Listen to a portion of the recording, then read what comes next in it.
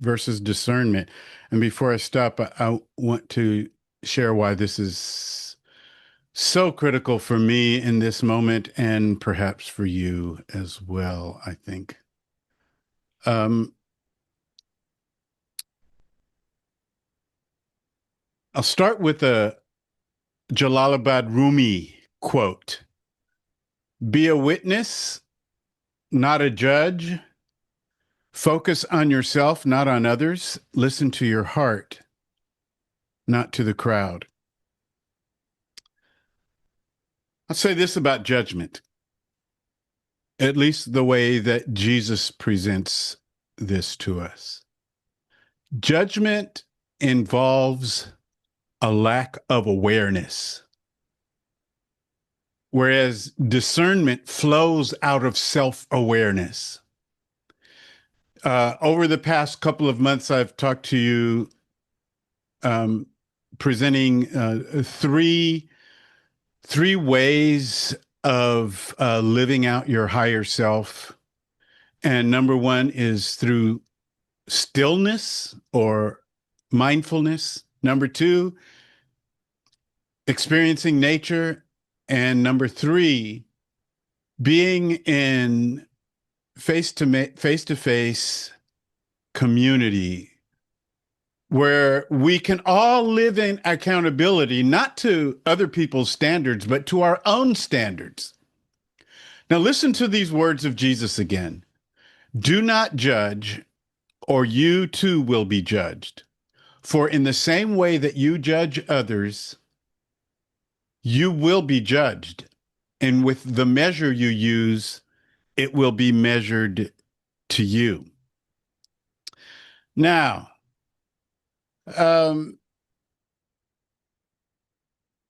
it's interesting that Jesus starts out this conversation saying, do not judge, but then he goes on and talks about ways to judge. I mean, the next verse says, why do you look at the speck of sawdust in your brother's eye and pay no attention to the plank in your own eye?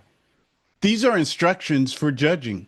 How can you say to your brother, let me take the speck out of your eye, when all the time there's a plank in your own eye? You hypocrite, take the plank out of your own eye, and then you will see clearly to remove the speck of dust from your brother's eye.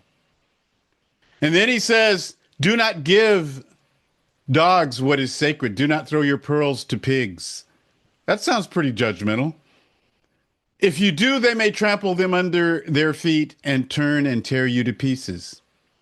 And then farther along in the same chapter, Matthew 7, Jesus says, beware of false prophets who come disguised as harmless sheep, but are really vicious wolves. You can identify them by their fruit, that is, by the way they act.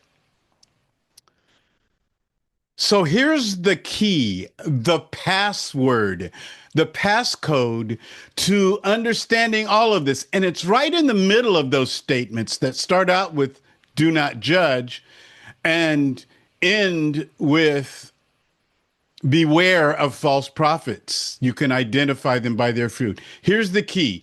It's right in the middle of all of this. And Jesus says, ask and it will be given to you. Seek and you will find. Knock and the door will be opened to you. For everyone who asks receives, the one who seeks finds, and the one who knocks, the door will open.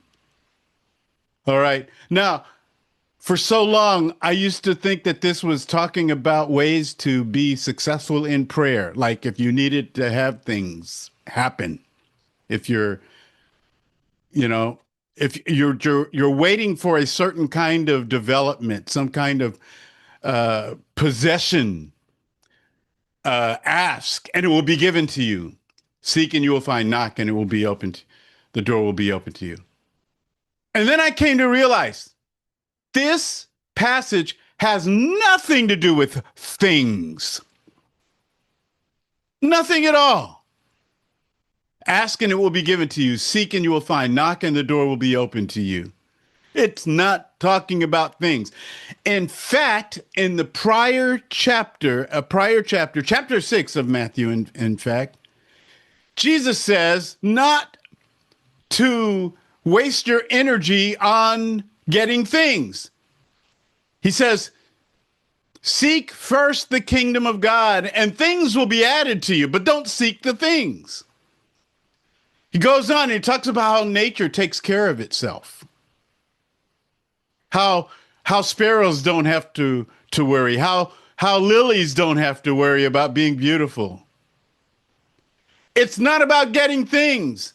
It's about living into your situation, living into your humanity. Ask and will be given to you. Seek and you will find. Knock and the door will be open to you. This is about, if you will accept this this way of approaching it, this is about space exploration. And I'm not talking about going to Mars. I'm not talking about that kind of space exploration. It's about exploring the space that is your possibility. It's about getting unstuck in life. It's about not seeking things, but seeking life itself. When Jesus says, ask and it will be given to you, he is saying, live into your life. You don't have to get stuck in the matrix. My friend LV Jackson said a couple of days ago, you can't experience the next episode if you keep playing the reruns. I'm saying all of this to remind every one of us that frustration is unnecessary. A few weeks ago, I talked to you about Jesus and the law of pure potentiality. Your potential is infinite, but if you're focused on the things, you limit your potential. Your potential is unlimited. I want to say to you, Julia, to you, Ernestine, to you, Bonnie, to you, Hasmin, to you, Jade, to you, Lisa, to you, Matt, to you, Naomi, to you, Robina. Your potential is unlimited. It is infinite.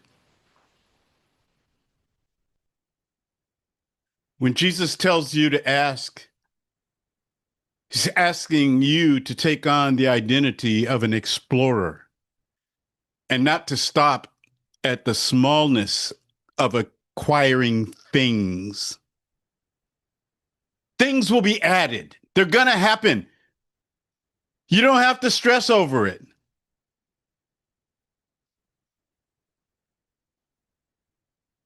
So what does this have to do with judgment and discernment? In John chapter 7, verse 24, Jesus says, stop judging by mere appearances. In other words, things are not what they look like. Are you hearing me? Things are not what they look like. Jesus says, stop judging by mere appearances, but instead judge correctly.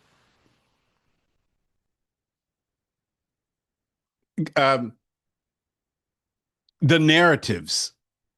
Oh my goodness. People can lie so easily. Governments' narratives can be so deceptive. I was talking to one of my sisters the other day, and she was looking at what was going on in the world. And she said, it has to end, right? And I just kind of sat there for a moment and I thought, no, it doesn't have to end. We have to end it. We must end it. We are working to end it. And in order to do that, we must be renewed. We must receive the gift of revived life.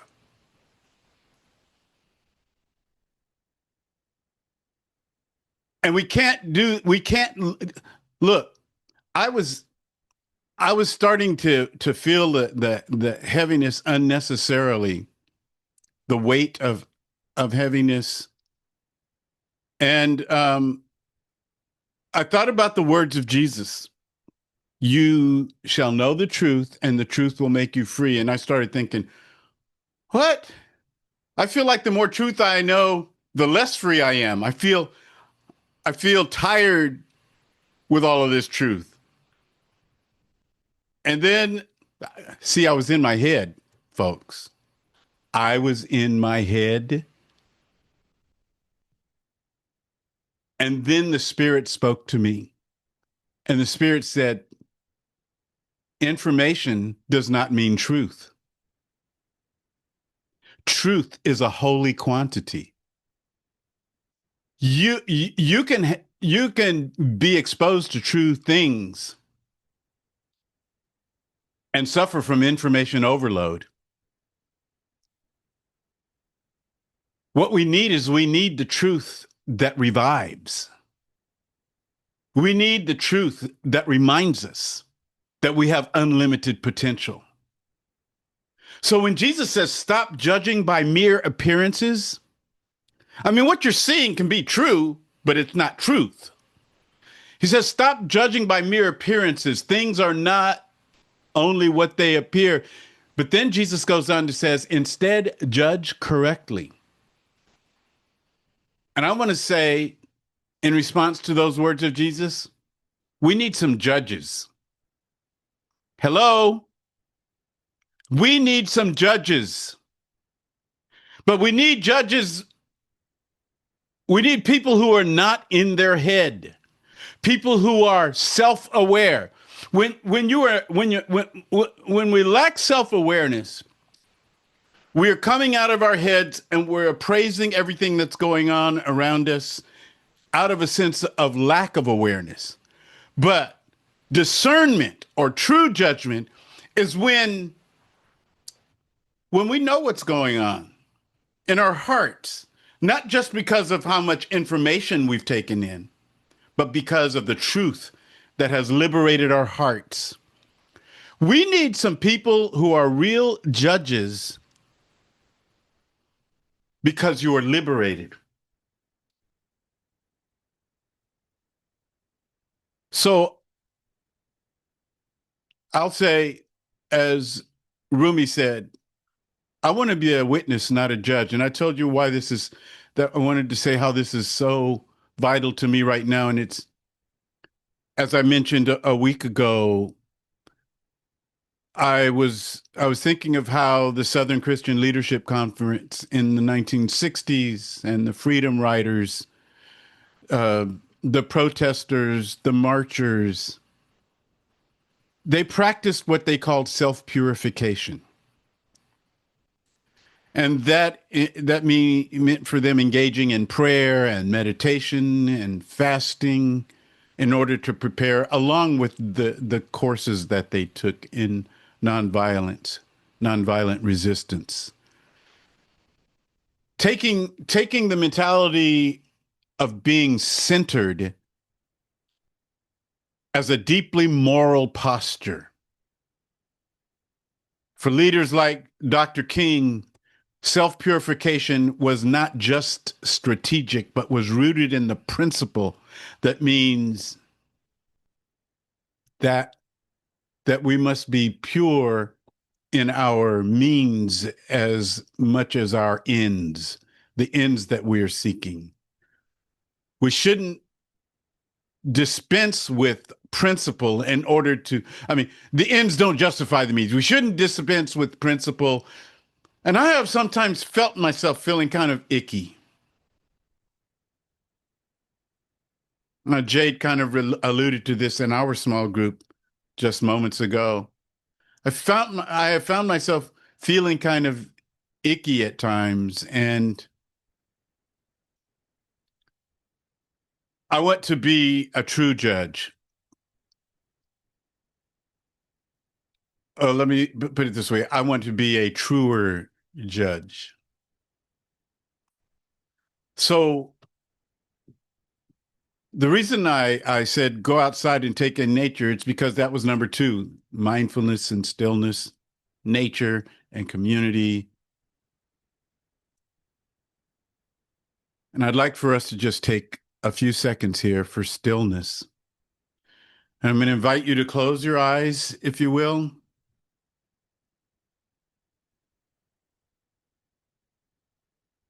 And open your heart to the unbounded potential of you as being ministered to you now by the Spirit?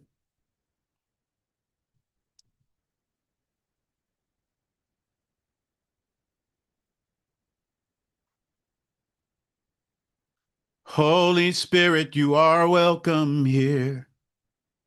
Come flood this place and fill the atmosphere. Your glory, God, is what our hearts long for. To be overcome by your presence, Lord.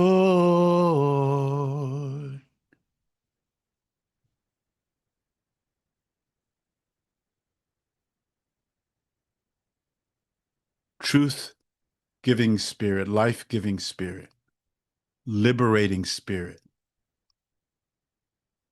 Where your presence is, there is liberty. We welcome the condition of being unstuck today, of not living in frustration.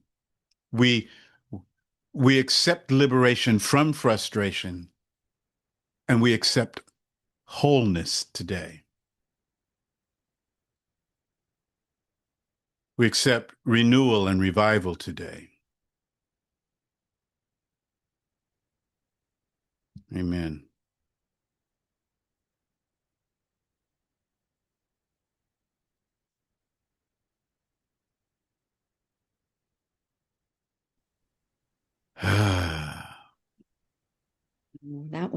I really needed that. That was wonderful. It reminds me of, oh, and there's Matt too. It reminds me of one time when I was really overwhelmed and I just went to the beach and I looked out at the ocean, and for whatever reason, it just brought that stillness and calm that God is so big, and the problems that whatever that we're dealing with, God can overcome. So thank you so much for that.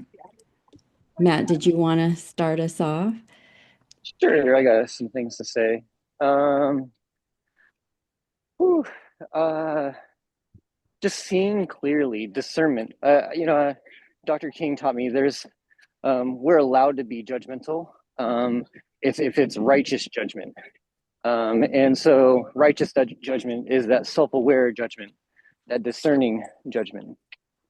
And so I think about that and what it means of like these systems, seeing like, are we actually seeing? Are we actually, do we actually have clarity? And do we have that thing that we can see not what is the appearance of something? Are we judging something based upon the leaves, the bark, or do we actually know the roots that are going on underneath? Do we actually know what is in the trunk of the tree? Do we know, are we judging it on that concept? And so I think about that in these systems, in that understanding what's under capitalism. Do we actually see it for what it is? Do we actually see patriarchy for what it is? Do we see white supremacy for what it is? What is going on underneath the roots? Do we understand that there is manipulation and illusion at play, that they want us to forget? They want us to become disoriented. And so the systems work that way. So to see something clearly is actually to see something in the alternative view, so we don't get caught up in the other way. So, yep. And so I think of, just this idea of judgment, that there is righteous judgment. King, they practice that purification work by actually practicing violence with one another, enacting it, doing theater. They call it political theater, so that they knew what the response was, and that they can discern it in the moment of what is true and what is not, or they would know the voice of what is more true, because you can't know what absolute truth is, but what is more true, what is more honest, what is more honorable, more loving, and more pure. So that's my original thoughts. And I guess like the question I'd like, what appearances knock us off guard and confuse us, the manipulation, the illusions, if you will. So I guess that's what I'm thinking of, like Well, what keeps us from the clear discerning or the righteous judgment? What keeps us from that? Yeah. My first response is the algorithm. Seriously, I mean, somebody was saying to me the other day, this, that, and this is happening, and this is why, and that's happening, and so that's all good news and everything. And I responded by saying, but what's the source? You know, where do you get your information? Because we're being so manipulated through the algorithms of our own choices that we tend to build these walls around us, and all we get is the echo chamber. You know, I know these words are overused, but it's getting worse and worse. So we have we see a lot of things that appear to be a certain way, but we have to battle our way out of that silo to get at truth.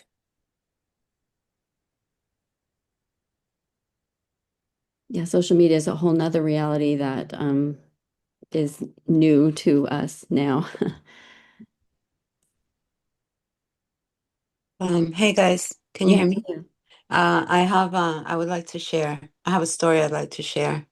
And at first, I want to say that I think the reason why people can't see truth is because they're wrapped up in their own selfish bullshit. You know what I mean? Like there's a prayer that says, "Relieve me of the bondage of self, that I may better do Thy will."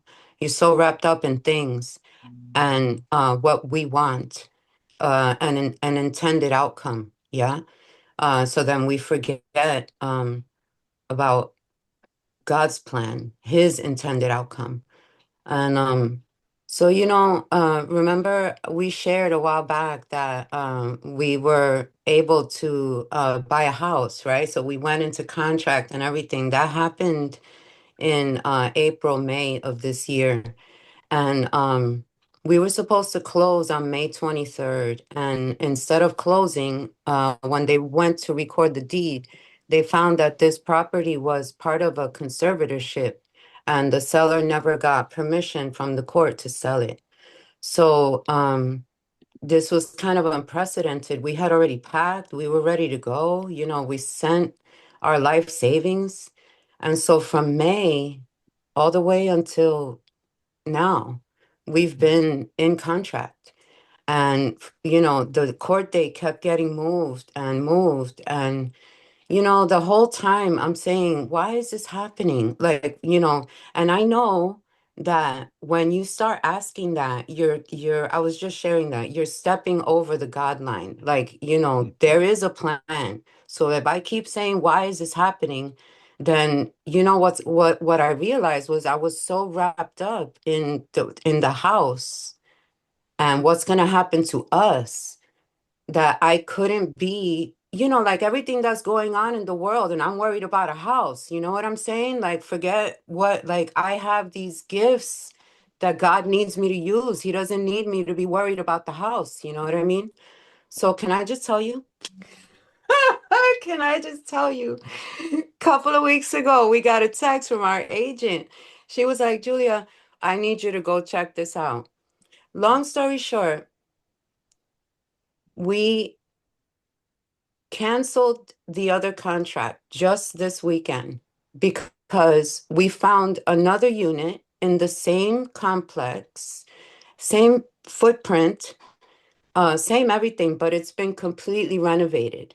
When I tell you the unit we were gonna buy was old school, and Clint and I had budgeted like over the course of the next 2 years, we're gonna finance this and that.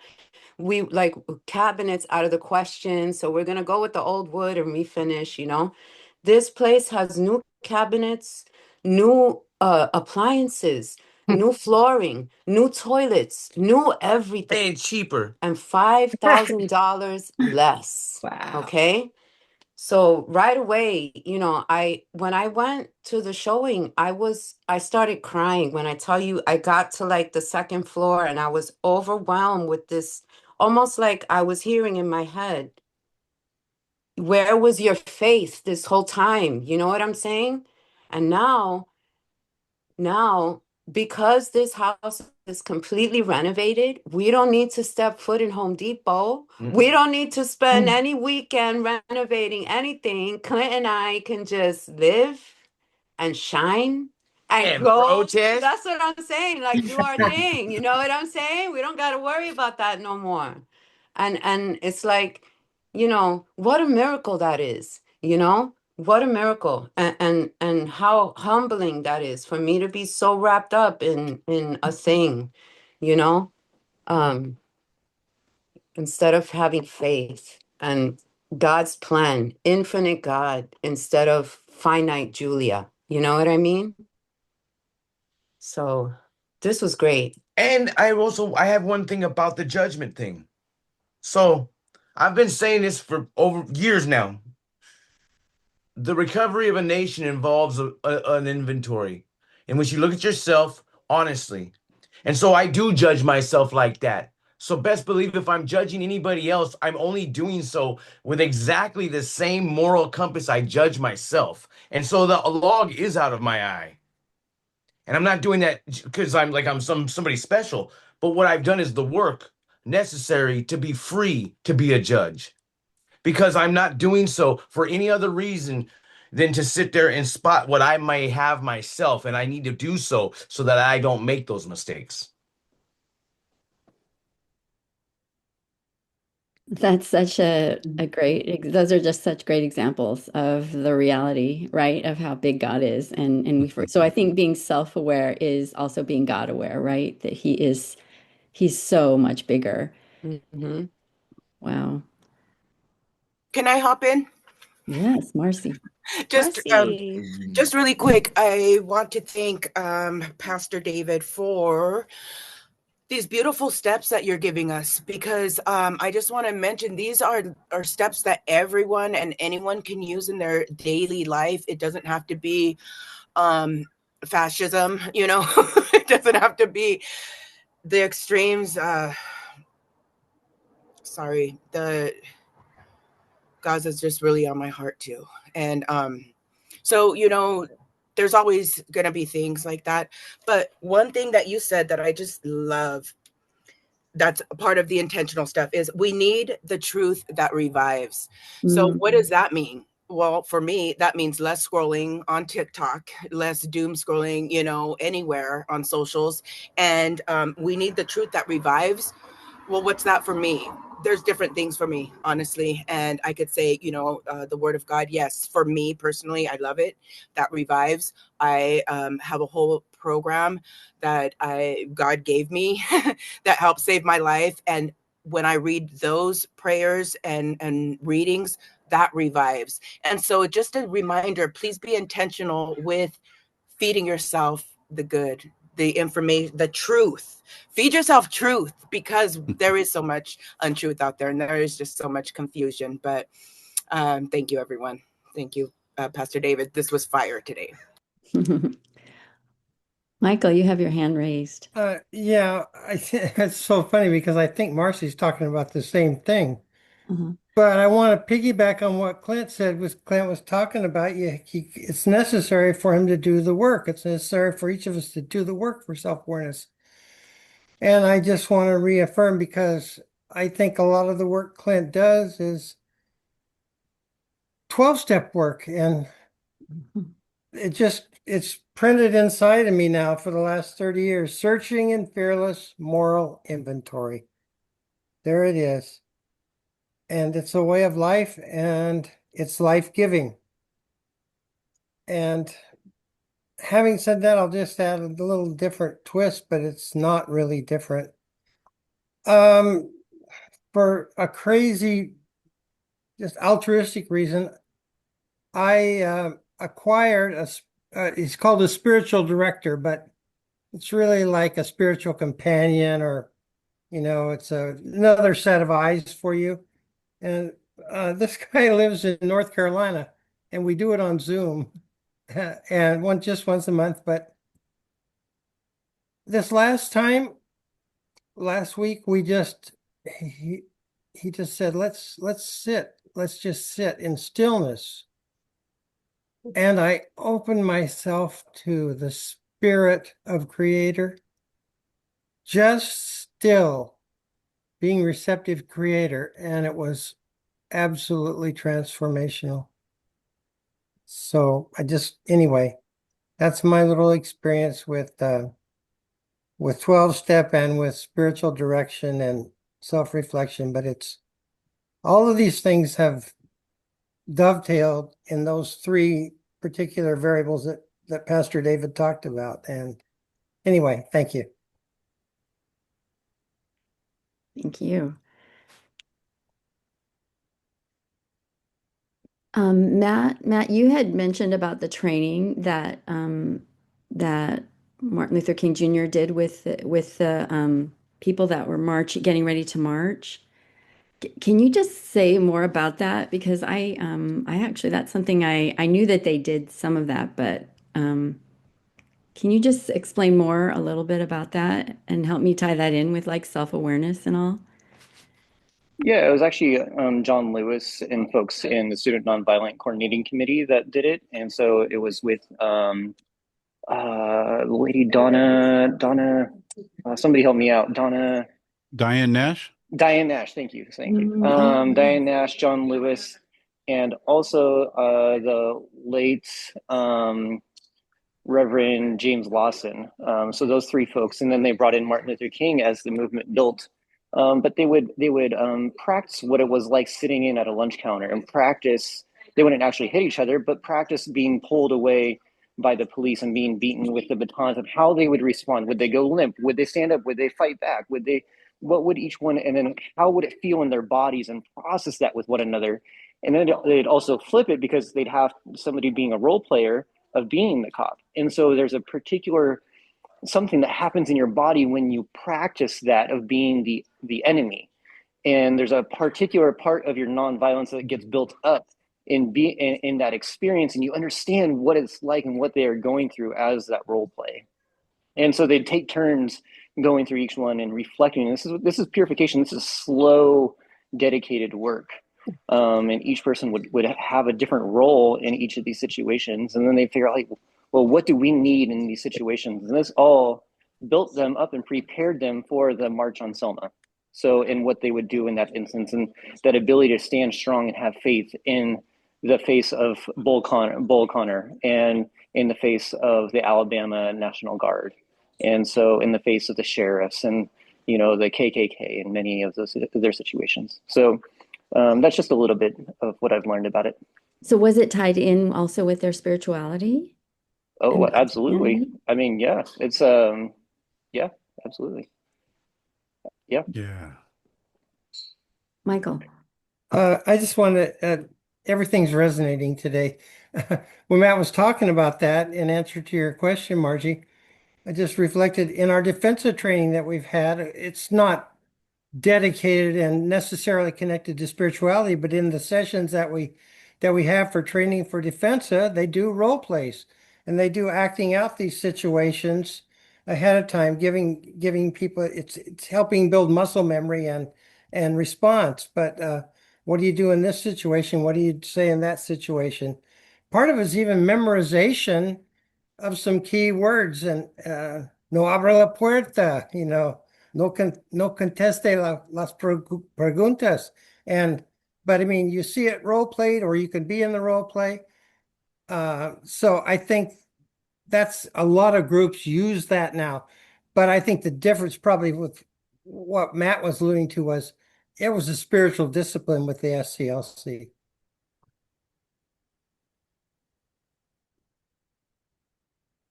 And I have a speaking of question for truth, go ahead, Clint. I have a question for you, sir, and for a few of any of the people that were around for the hippie movement of the '60s. Julia was speaking to her dad, and he was explaining how there was a lot of protests then too, and it seems very much like the times now. And I want to ask, do you feel that we are gaining that energy, that change energy, the momentum? Yes. I think so. Well, I was thinking, hey, What'd you think about those songs this morning? Mhm. Talk Mhm. about truth, right? Um, and it wasn't East LA, but Shella and I lived in a place called La Colonia in Mhm. Oxnard, which is just like another East LA, Chiques. Um, that's where so we know about that Mexican life. you know that Mhm. was our surrounding, and so we were there when Mecha took off, when the Mhm. brown berets were happening. uh we were there. We were witnesses to it, but we didn't see it on the scale, at least experiencing, because we didn't have internet and stuff, and of course the legacy media wasn't gonna really give it much coverage. But Mhm. we saw it at a high school level. I was at Channel Islands High School when all of Mecha got up and walked out. Out of the high school. I mean, these are the kind of things that are happening right now. People are saying, "No, we're not going to take this lying down." So yes, there is that kind of energy. Um, there's that kind of energy. And Jade was saying in our small group, about how she was getting weighted down by from, and I think someone else talked about doom scrolling. Was it Marcy? I think I don't remember. Was it? Okay, so I got hacked in 2023 and lost all of my 5,000 Facebook friends and that kind of thing. It was the best thing that could have happened, because I started vetting anybody who had a friend request. If someone requests me, I go look at, first of all, I look at their posts. I look Mhm. at their posts, and then I look and I see who their other friends are. And then it's like, oh no, you're canceled. And so it doesn't, the social media doesn't have the same effect on me that it had at one time. Because I can honestly say I have friends on social media, and almost everybody is, whether I know them personally or not, we share values, and so Mhm. that kind of energy I think is helpful. I think it energizes me. It inspires me to hear from people who are doing the work, who are people who are in the streets, and then to get the music like from Will I Am, talking about being a Blaxican, all of that kind of stuff is like energizing me. It's telling me, there's more thinking, there are more people thinking like me than thinking like the opposition. They are the minority. In fact, I saw on social media this week where it was a white woman, in fact, who said, "Listen, stop using the word minority," which I did a long time ago. I've been using the word minoritized, but she used some terms, and she said, "Start talking about the global majority." And I just thought, you know, talk about being woke, right? The global majority. Yeah. It's a values thing, right? Mhm. Yeah. Pastor, I want to ask you, maybe you can close with this too, and go refine it in your sermon. But the part where you were um, talking about you will ask and you will receive, and how we often think that is about prayer. And I think that is really getting to the subversive part about Jesus, in that, like, he's really talking about communal living. He's Mhm. talking about what it means to be one with one another. And so I think just breaking down the capitalistic notions that we've embedded into our Christianity is very important, in that same way, in that idea of not taking things for what they appear. Yeah. What they appear, when subversive language is used, it appears to say one thing, but we're also looking at it from a particular lens. How do we see what's underneath the surface and in the roots of what is being said, and understanding the context? So I think hearing that and like, okay, well, what is capitalistic about this? And then how do we divest from that passage you were reading? And so maybe we can close with that a little later, once you refined that area of your message. But I want to see if anybody else has any things to share out. Michael. Uh, Michael's hand's been up. Oh, for quite a sure. while. Okay, just another response to Clint. Clint, your question was about the energy of movement now compared to historic movements or, in the past. And this morning, Lene and I just got off to a sad note about the starvation in Gaza right now. What is it going to take? My gosh, what is it going to take? And we went pretty quickly to my life experience in the Vietnam War protests. And, in 1968, it looked pretty grim, and we had our leaders assassinated, and it just wasn't happening. The movement built and built and built, and finally, the anti-war movement forced the government of the United States to admit it and start the withdrawal. That's what I'm hoping. I see little clips of the Jewish people for peace, Jews for peace in Israel. I see mounting dissent within Israel, and I'm thinking that's what it's going to take. So I think anything we can do to foster and make that support inside Israel grow and be supported too, while we're putting pressure on ourselves. But anyway, yeah, the Vietnam experience for me, it's collective. It's the movement. It's the awareness as we get more energy as a community. Yeah. The long view of justice, the arc of the universe perspective. And history is going to show, it's going to remember the people who took a stand, right? I think about, there's so much money in professional sports, and so it's easy to be silent if you want to keep your checks coming in.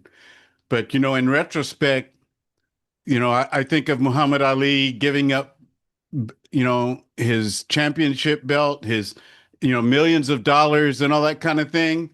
But in retrospect, he ended up making more money in the long. Not that money is the proof of being right, because it's not.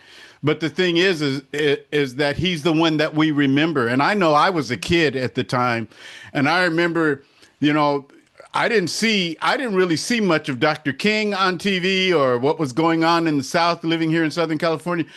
But I saw The Wonderful World of Sports, and I saw Muhammad Ali, and I heard him speak, and I thought, now that's the man right there.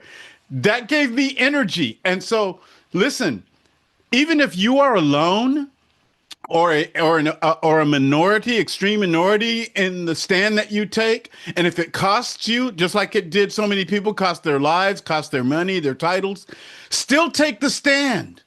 That's what we've got to do. We still got to take the stand. Pastor Colin Kaepernick, he gave up his career. Yes, that's the thing. A perfect example. John Carlos, who Tommy Smith, took their stand in the '68 Olympics. He called Colin Kaepernick the Tommy Smith and John Carlos of the new generation. And I said yes to that. Yeah. Mm-hmm. So I think also thinking of people, what Michael was bringing up about Gaza and how we sit with that, and the subversive actions of folks like Greta Thunberg and the 11 other people that were on the Freedom Flotilla, and then the current Freedom Flotilla that is there with Christopher Smalls, who's the head of the labor organizing in the Amazon workers movement, and in Starbucks, and big organizing efforts. And so people are putting their money where their mouth is, and they're walking, they're doing their thing, they're making a subversive statement. So and their power be known. And so just more of that energy. So I don't know. Anybody know of anybody with a boat? Like let's get a freedom float. I don't know. flotilla, yeah. Yeah. How about, I had stopped watching all of the late night comedians, but Stephen Colbert, he started taking a stand, and I know everybody's saying that it was a Trump thing, but Stephen Colbert, just over the past month or so, I was watching YouTube clips, he finally started speaking up for Gaza. And, just now it's 4 weeks, but 3 weeks ago, he had a guest on, a correspondent from Gaza, telling the whole truth and nothing but the truth. And so 3 weeks later, his show's been canceled, right? But you know what? His kids, what about that? I mean, his kids are going to say, Dad, I know what it's like to have your kid give you a high five, right? It's the best feeling in the world. I got something real quick, Pastor Moore. If anybody gets an opportunity this week, Paramount, who fired Colbert, is giving away a 1 week free trial that you can cancel at any time. And they have the exclusive rights to South Park, who had the best episode ever this week. And it's all about the true social situations going on with Trump. And I'm going to tell you what, it was genius. We watched it, and we also searched for Stephen Colbert directly afterwards on their network. And then we're going to cancel within this week. So we're going to watch that for free, and we're going to make it obvious what we were watching. Before we stop, thank you, everybody. This has been very energizing, I think, for all of us. I know I'm strengthened. But before we go, Matt might have some news that people might be interested in. Yeah, Diane alluded to it, but I don't think everybody was in the breakout rooms. But yeah, Sarah and I are with child. We are expecting a new baby in next March. So Congratulations! yeah. So we're Yeehaw! starting to tell people. I told Pastor this week when we got together for a little bit. So yeah, Good job. yeah. So we're going to be raising a radical, So Well, were you gonna say something, Marcy? Oh, okay. Well, I was trying to send hearts. thank you. Yeah. Well, thank you, everybody. Thank you, Rosie. And we'll have communion. Kenichi, thank you.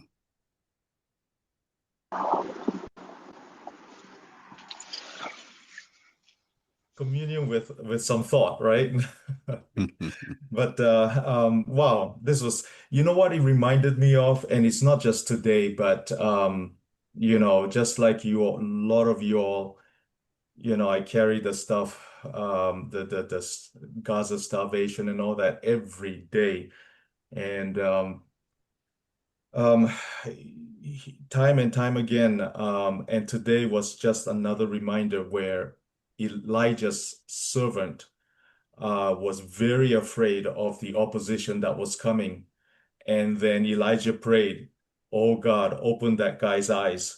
And the servant saw that there were more of them and more of, Elijah and the servant than the opposition.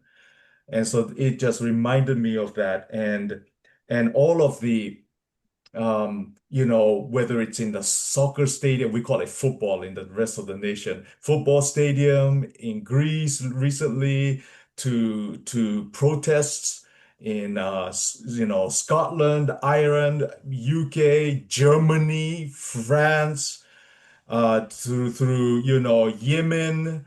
I mean, there are so many that are rising, and it really is an energizing thing to see that. And then, I've come to a place for me personally to say, what can I contribute as a single person towards the bigger movement? What can I do? And so I try to function on that in a daily basis. And lastly, I know we focus on finding, spaces where you can be empowered and encouraged. And Michael, you brought up the it's Jewish Voice for Peace.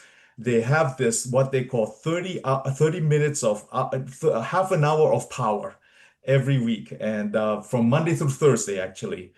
And I try to be on there as much as possible, and to spend that, it's virtual, but to spend that time with them, and taking actions every time we get on, we take actions, send letters, call the senators and so forth. And so they have been also, in addition to this space here during the week, have been very encouraging to me as well. So with that, let's I mean, whenever I think of communion, of the Jesus's broken body, Jesus's shed blood, I think of grace. I think of what we have partook with one another today. Lots of encouragement, assurance that there is more of us than of them, even though the adversary or the movement tells us to think otherwise. And so that's what I would like to invite us as we come to the Lord's broken body and his shed blood to really inhale or partake of that grace. And let us be that extension of the